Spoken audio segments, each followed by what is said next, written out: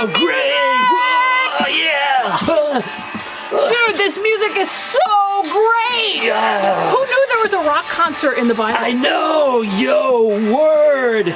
And that lead guitarist dude, Jesus, he rocks! Yeah! Stop your mucking about! What are you two doing?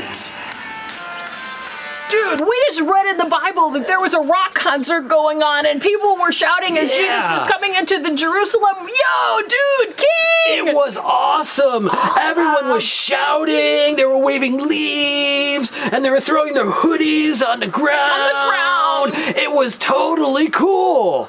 Both daft? That's not what happened. This is what happened.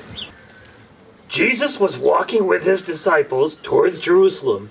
When they approached Bethphage and Bethany near the Mount of Olives, he called two of his disciples to him and said, "Go into the next village where you will find a young donkey.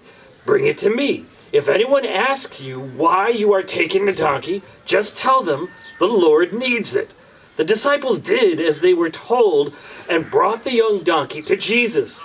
They threw their garments over it so that Jesus could ride on him.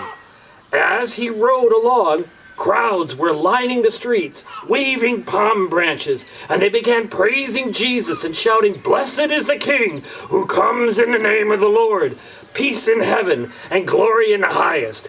They were creating quite a muckle, and some of the religious leaders didn't like it. They asked Jesus to keep his followers quiet.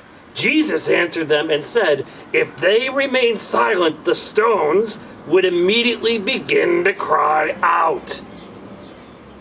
Sorry, Mr. Stone, we had it totally wrong. It's McGranite. We rocks would cry out in praise of Jesus if no one else would.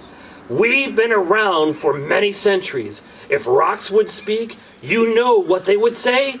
One might tell how a little shepherd boy named David used a small stone to slay a giant to show that we can do anything when God is with us.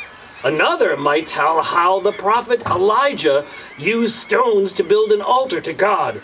The altar was used to offer a sacrifice to God to prove that he is the one true God. I know a rock that might tell you how Solomon had used stones to build a beautiful temple for people to worship God. Still, some rocks might remind us that Jesus once told a story about a wise man who built his house upon a rock.